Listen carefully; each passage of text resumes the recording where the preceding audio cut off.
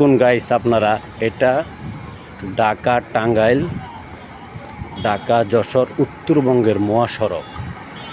দেখুন মহাসড়ক, এটা মহাসড়ক দেখুন একেবারে ফাঁকা মহাসড়ক, কোনো গাড়ি চলছে না। এরকম লকডাউনও হয়নি, লকডাউনে টুকটাক তাও অ্যাম্বুলেন্স বিভিন্নই চলছে। আর এটা মহাসড়ক এখন বর্তমান দেখুন আপনারা ফুললি। আমি কিন্তু মহাসড়কের মাঝখান দিয়ে হাঁটতেছি, দেখুন আপনাদের গাইস, আপনারা দেখুন মহাসড়কের মাঝখান দিয়ে হাঁটতেছি। এই যে মহাসড়ক পুরা ফাঁকা, কোনো গাড়ি চলছে না।